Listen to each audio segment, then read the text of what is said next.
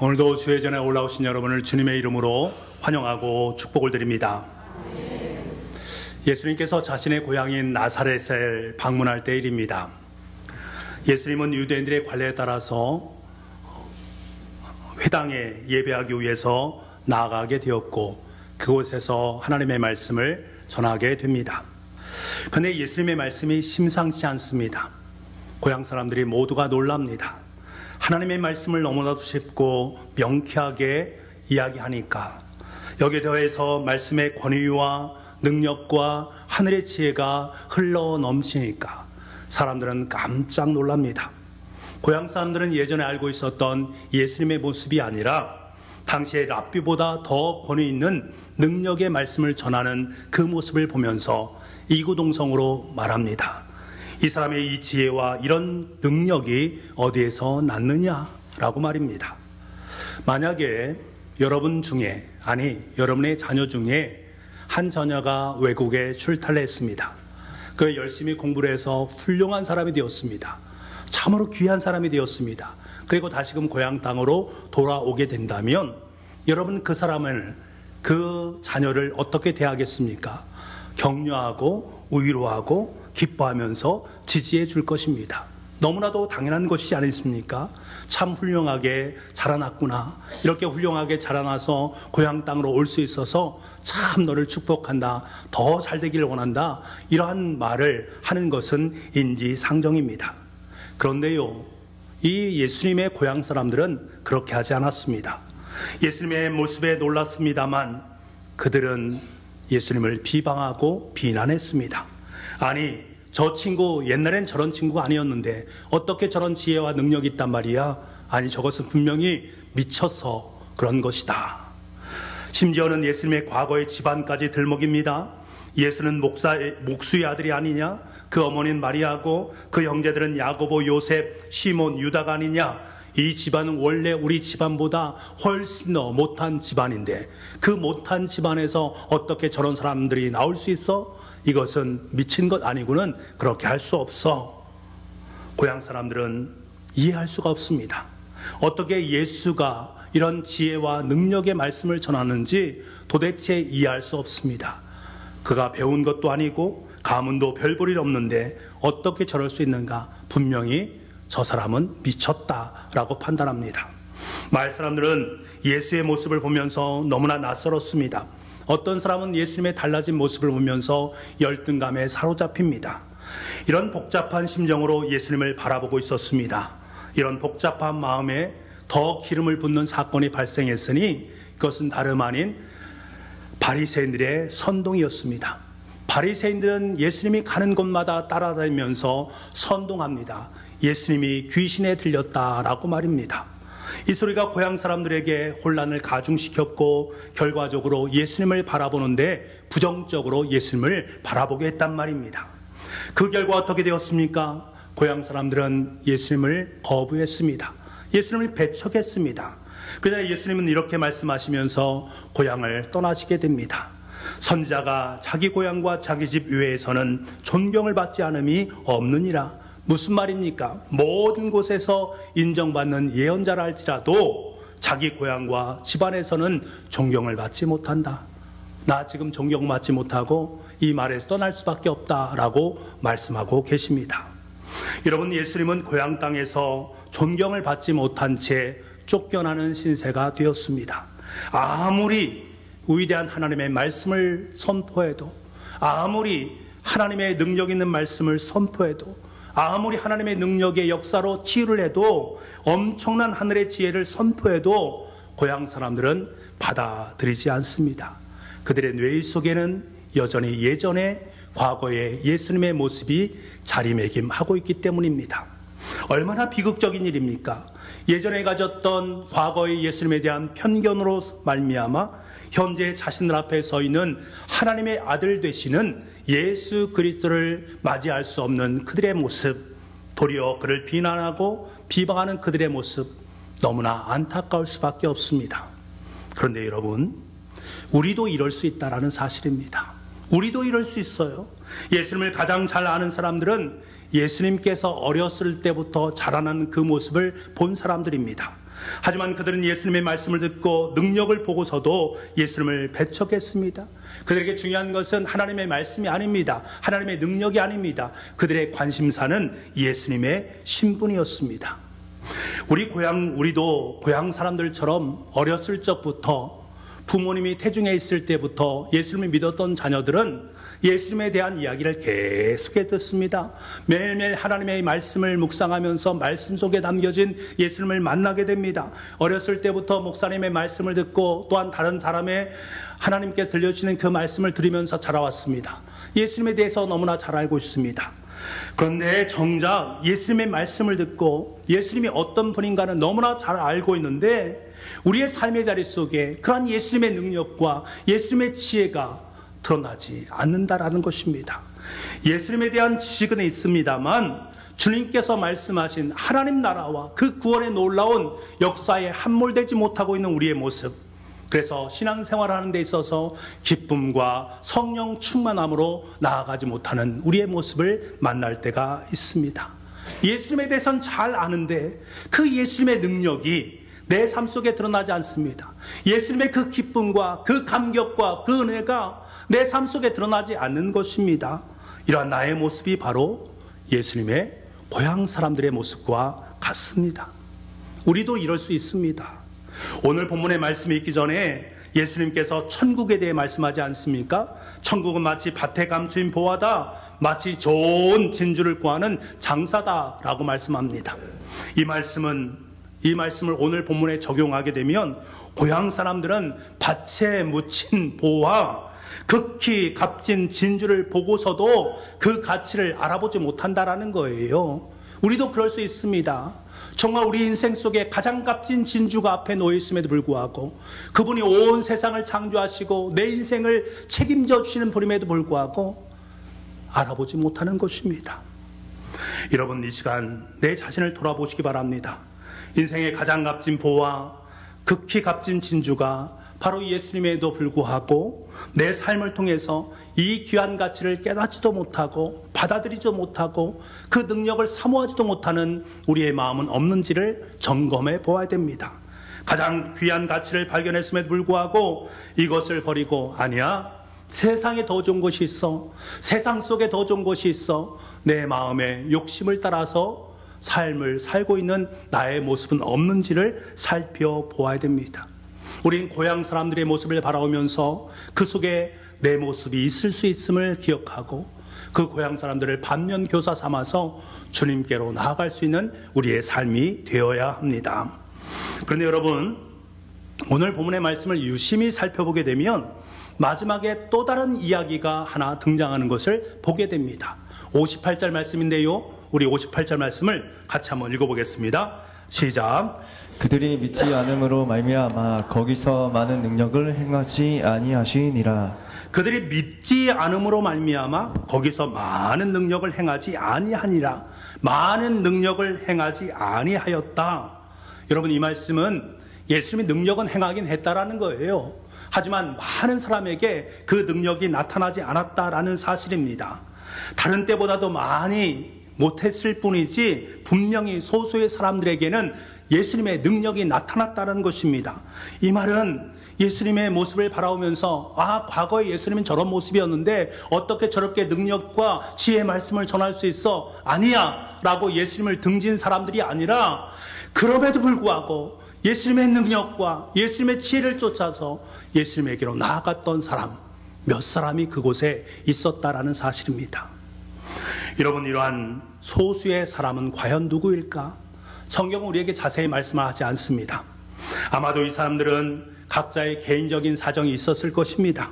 어떤 사람은 질병의 아픔 때문에 예수님에게로 나아가려 하는 사람도 있었을 것이고, 어떤 분은 관계의 문제로 힘들어하는 분도 있었을 것이고, 어떤 사람은 귀신 들림 때문에 어쩔 수 없이 예수님에게 나아가는 사람도 있었을 것이고, 자녀의 문제와 마음의 아픔으로 말미암아 눈물 흘리는 사람들도 있었을 것입니다. 그런데 중요한 것은 이들의 공통점이 하나 있습니다. 이들은 주변의 사람들을 의식하지 않았습니다. 오직 예수님에게로만 향했다라는 사실입니다. 옆집에 있는 친척이 예수님에 대해서 비방해도 가족 중에 한 사람이 예수님께 나아가지 못하도록 만류해도, 아니 예수님께 접촉하지 못하도록 방해해도 그들은 그것을 다 뒤로 뿌리치고는 예수님을 선택했고 예수님에게로 나아갔습니다. 여러분 한번 상상해 보십시오. 지금 마을 사람들은 이구동성으로 예수님께 욕하고 있습니다. 비난하고 있습니다. 예수님 미쳤다고 말하고 있습니다. 이런 와중에 예수님의 능력을 믿었던 소수의 사람들이 이 주변의 모든 소리들을 다 이겨내고 예수님께로 나아간다. 쉽지 않은 것입니다. 아마 이들은 마을 사람들로부터 많은 욕도 받았을 것이고 비난도 받았을 것입니다. 하지만 그들은 예수님을 선택했고 예수님에게로 나아가기로 결단했습니다. 그랬더니 그들에게 어떻게 한 일이 벌어졌습니까? 예수님의 능력이 나타났습니다. 어둠이 물러가고 질병이 나음을 받고 귀신이 쫓겨나는 역사를 경험하게 되었던 것입니다. 이들은 비로소 인생의 가장 귀한 가치가 예수님이다라는 사실, 그 예수님을 내 품에 품는 것이 천국을 누리는 삶이다라는 사실, 그래서 나는 새로운 천국 백성의 삶을 살아간다라는 사실을 인지하게 됩니다. 그 후로 그들의 인생은 새로운 삶의 모습으로 나아갈 수 있게 됩니다. 사랑하는 여러분, 예수님의 모습을 비난하고 등을 돌렸던 고향 사람들의 다수의 사람들의 선택, 그리고 예수님께 나왔던 소수의 사람들의 선택, 과연 어느 것이 바른 선택입니까? 우리는 살아가면서 바른 선택을 해야 됩니다. 가장 어려운 선택의 갈림길에서 우리는 반드시 예수 그리스도를 선택해야 됩니다. 왜? 그것이 우리의 가장 가치 있고 의미 있는 선택이기 때문에 그렇습니다. 여러분, 지금도 예수님의 교황에서 펼쳐지고 있는 이 진풍경이 우리의 삶의 자리 속에서 너무나 많이 펼쳐지고 있다는 사실입니다. 예수님께 등을 돌린 다수의 선택과 예수님께 나아가는 소수의 선택이 계속해서 충돌해 가고 있는 현 시대 속에서 우리는 삶을 살고 있단 말입니다. 여러분, 우리는 날마다 크고 작은 선택을 하며 살아갑니다. 그때마다 주변의 소리에 많은 영향을 받고 나지요. 아무리 굳건한 믿음을 가지고 있다 한들 주변의 소리에 흔들릴 때가 때로는 있습니다. 내가 가고자 하는 길이 이 길인데 주변 사람들이 아니야, 그 길 아니야, 그 예수의 길 아니야, 이것이 옳은 길이야 라고 말하는 주변 사람들의 소리에 솔깃해서 그쪽으로 나아갈 때가 있습니다. 전혀 사실이 아님에도 불구하고 주변 사람들의 이야기에 홀려서 마치 그것이 진실인 양 그 진실을 따라가고 있는 사람들의 모습을 보기도 합니다. 여러분, 이러한 선택이 바른 선택입니까? 여러분의 선택은 어떠합니까? 선택은, 성경은 여러분의 갈림길에 서 있고 그것에 서성이고 있는 저와 여러분에게 너무나 분명하고 선명하게 말씀하십니다. 소수의 나사렛 사람들이 그랬던 것처럼 주변의 소리를 뒤로 하고 주변의 소리와 상관없이 예수님을 선택하라, 예수님의 능력을 선택하라 우리에게 말씀하고 있습니다.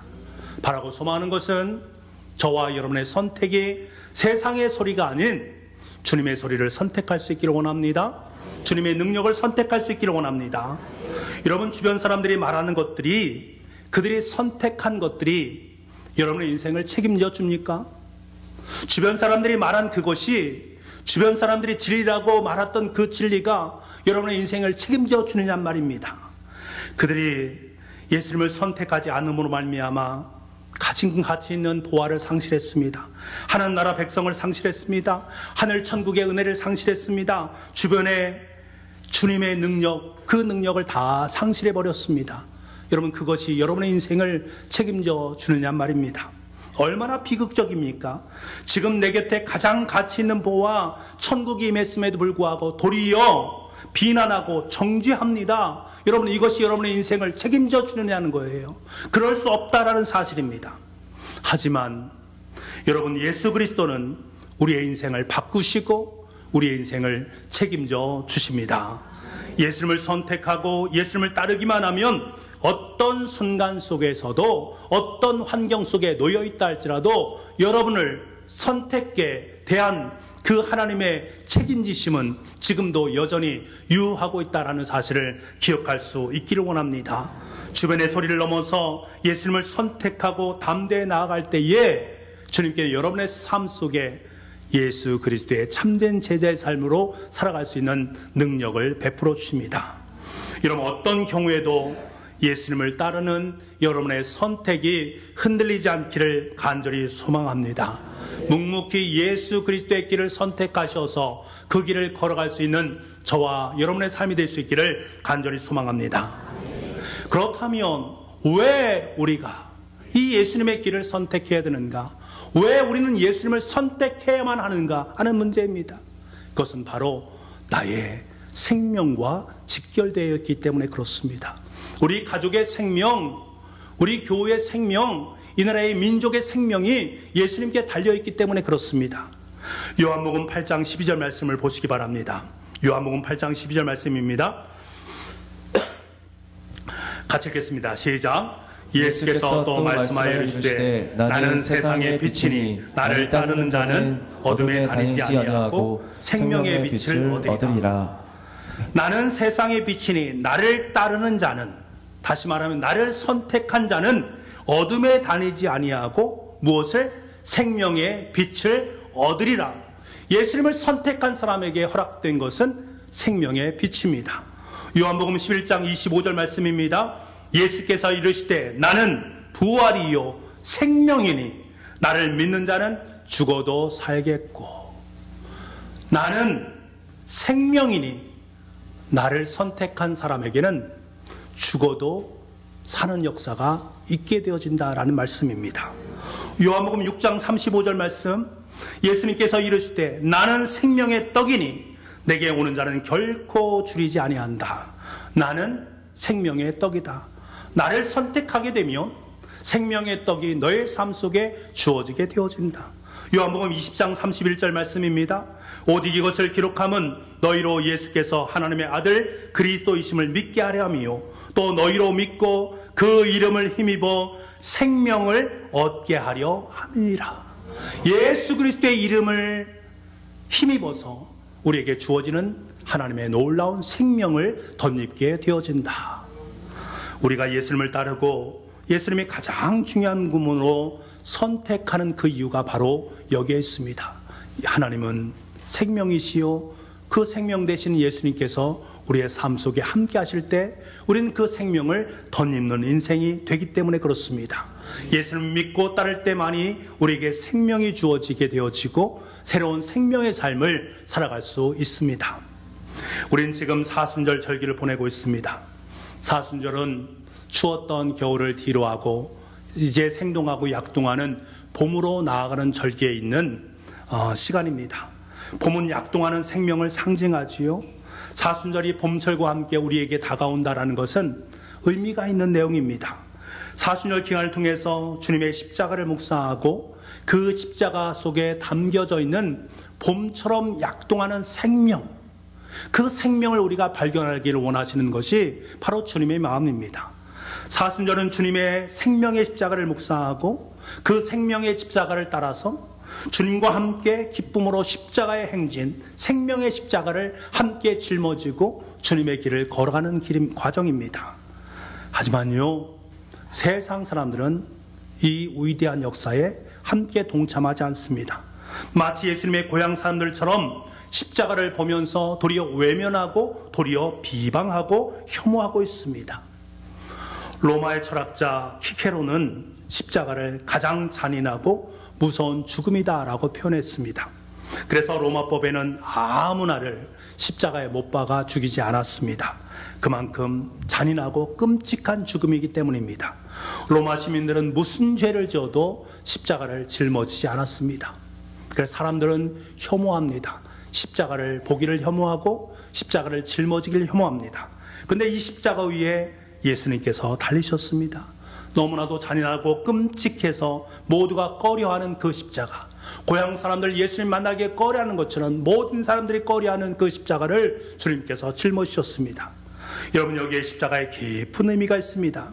주님은 우리에게 새로운 생명을 주시는 분이신데 그 생명을 우리가 맛보기 위해서는 반드시 그 십자가 앞으로 나아갈 수밖에 없습니다. 십자가 앞에 나아가 십자가에 못 박히시는 주님과 인격적인 일대일 관계를 맺을 때만이 그 생명 되시는 예수 그리스도의 그 생명이 내 삶 속에 들어오게 되어집니다. 내 삶 속에 주님의 생명을 품을 수 있습니다. 여러분, 생명의 예수님을 인격적으로 만나기를 원한다면 누구나 다 예외 없이 십자가 앞으로 나아가야 됩니다. 예수님은 그 십자가에서 우리를 만나 주십니다. 그때 우리는 비로소 생명의 예수님을 통해서 새로운 생명을 얻을 수 있을 뿐만 아니라 새로운 생명을 위해서 이제 거룩한 사명회로 나아갈 수 있게 됩니다. 여러분, 예수님이 대부분이 고향 사람들처럼 예수님을 등지는 사람들, 그 모습을 바라보면서 나도 그래야 되지 라고 말하지 마시기 바랍니다. 그 사람들처럼 되어서는 안 됩니다. 십자가의 고통, 십자가의 잔인함을 생각하면서 십자가에 달리신 예수님을 외면해서는 안 됩니다.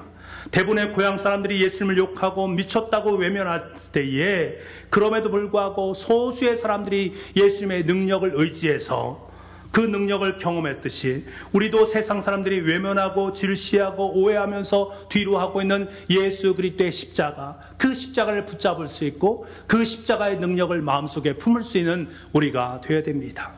그때 우리는 자신이 져야 될 십자가를 깨닫게 됩니다. 주님 우리에게 분명히 말씀하지 않습니까? 누구든지 나를 따라오려거든 자기를 부인하고 자기의 십자가를 지고 나를 따르라. 이 자기의 십자가가 무슨 십자가입니까? 생명의 십자가입니다. 이 생명의 십자가를 짊어지고 주님을 따를 때에 죽어가는 영혼을 살릴 수 있습니다. 내가 가지고 있는 예수 그리스도의 그 생명을 그에게 전할 수 있습니다. 죽어가는 영혼에게 나의 생명을 나누어 줌으로 말미암아 그 사람이 다시금 살아나는 소성되어지는 역사를 우리가 경험하게 되는 것입니다.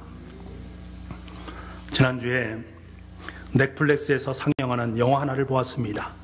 Society of Snow라는 제목으로 나왔는데요, 안데스 설원의 생존자들이란 영화를 보았습니다. 너무나 감동 깊게 보았습니다. 이 영화는 1972년 10월 13일 우루과이 비행기 한 대가 승객 40명 그리고 승무원 5명을 태우고 안데스 산맥을 오르다가 그만 추락을 하게 되어집니다. 사람들은 극도의 혼란 가운데 빠져 있고요, 혹한의 영하 30도의 극한의 추위를 견딜 수밖에 없습니다. 그들은 구조대가 올 때까지 죽은 사람들을 10명을 시체를 옆에다 가지런히 놓고 그 공간을 다 비우고 그것을 생존의 공간으로 삼습니다. 근데 비행기가 위에 왔다 갔다 하는 모습을 보면서 그들이 아무 소리를 계속 질려서 구조를 요청해도 응답이 없습니다. 시간이 지남에 따라 다친 사람들이 하나 둘씩 죽어가게 됩니다. 6일이 지나자 자신들이 가지고 있던 식량이 바닥에 납니다. 더 이상 먹을 것이 없으니 어떻게 해야 됩니까? 일부의 사람들은 그래, 사람 죽은 고기라도 먹어야 되지 않느냐 하는 말이 오가기 시작했고, 이것에 반대하는 사람들도 생겨나게 되었습니다. 생존자 27명 생사의 갈림길에서 하나님 앞에 기도하며 매달립니다. 하지만 배고픔과 추위를 이겨낼 사람이 어디에 있겠습니까? 이들은 자신의 친구들의 그 시신을 뜯어 먹으면서 하루하루를 연명하면서 살아가게 됩니다. 그런 중 어느 날 가방에서 라디오 하나를 발견하는데 참담한 뉴스를 경험하게 됩니다. 그것은 무엇인가 하면 우루과이 당국에서 항공대를 여러 대 투입했지만 이들이 찾는 사람들을 찾을 수가 없어서 이것을 이제 보류하고 내년 초에 해빙이 되면 수색 작업을 재개하겠다라는 그 보도를 접하게 됩니다. 완전히 절망감에 빠지게 되는 그들의 모습을 보게 됩니다. 막막합니다. 그럼에도 불구하고 자신들이 필사적으로 목숨을 지켜내야 된다라는 생각을 품고 생존을 위한 싸움을 시작을 하게 됩니다. 이들이 17일째 되는 날에 눈폭풍을 만나게 되고 그래서 엄청난 어려움에 직면하게 됩니다. 그들은 생존을 위해서 자신이 가지고 있는 그것을 도구로 삼아서 눈에 있는 눈을 잠긴 비행기 조각을 하나하나 다 긁어내면서, 다른 이유가 아니라 사람의 인육을 찾기 위해서 그것을 먹어야만이 생존할 수밖에 없는 그 상황 속에서 그렇게 처절하게 지낼 수밖에 없습니다. 그 시간이 34일 정도가 지나게 됩니다. 그때서야 서서히 얼음이 녹기 시작됩니다. 이런 와중 속에 저에게 너무나 감동을 주었던 한 장면이 등장하는데요, 누마라는 사람이 이들 중에 있었는데 그는 이제 자기가 집으로 돌아갈 수 없다라고 좌절하게 됩니다. 얼마 있으면 내가 죽게 된다라는 사실을 그는 알았던 것 같습니다. 그래서 그런 친구들에게 내가 만약 죽게 되면 내 인육을 함께 먹어라. 그래서 너희들이 살아라. 나는 너희들이 반드시 집으로 돌아갈 수 있을 것이다 라고 믿는다 라고 말하면서 그렇게 고백을 합니다. 그리고 드디어 12월 21일에 잠든 채 죽음을 맞이하게 됩니다. 그런데요, 그의 손에 조그만 이 메모지 하나가 적혀 있습니다. 그 메모지 하나를 한 사람 한 사람 살아있는 사람들이 다 보게 됩니다. 그리고 마지막 사람 그것을 볼 때에 카메라가 그 메모지를 비추게 됩니다. 클로즈업을 하는데 그곳에 하나님의 말씀이 적혀 있었습니다. 그 말씀이 요한복음 15장 13절 말씀입니다. 사람이 친구를 위하여 자기 목숨을 버리면 이보다 더 큰 사랑이 없나니. 사람이 친구를 위해서 자기 목숨을 버리면 이보다 더 큰 사랑이 없나니. 저는 이 부분에서 정말 오열했습니다. 친구를 위해서 자신의 인육을 내어놓고 있는 이 누마의 마음속에 예수님의 십자가의 내어놓음이 저에게 클로즈업 되었기 때문에 그렇습니다. 이것이 바로 예수님의 십자가의 사랑이구나. 우리에게 생명을 주시기 위해서 자기의 목숨을 내어놓으신 예수 그리스도의 십자가 사랑이 바로 이것이구나 하는 사실을 다시 한번 처절하게 느낄 수 있는 시간이었습니다. 사랑하는 성도 여러분, 여러분 과연 어떤 선택을 하시면서 이 땅의 삶을 살고 계십니까? 세상을 향한 선택입니까? 아니면 여러분의 인생의 생명 대신 주님을 향한 선택입니까? 예수님의 십자가에 못 박으라 외쳤던 군종, 그리고 예수님께서 함께 생활했던 그 고향 친구들의 모습, 그 사람들의 모습입니까? 아니면 예수님만이 나의 참된 생명이요 생명의 빛이다 라고 고백했던, 그리고 예수님의 능력을 따랐던 소수의 사람들의 선택입니까? 바라고 소망하는 것은 가장 아름다운 선택, 가장 위대한 선택은 생명의 주님입니다. 십자가의 주님인 줄 믿습니다. 그 십자가의 주님, 생명의 주님을 선택하시면서 그분께서 원하시는 십자가의 길에 들어서서 자신의 십자가를 짊어지고 주님을 따를 수 있는 사순절의 아름다운 절기가 될 수 있기를 간절히 소망합니다.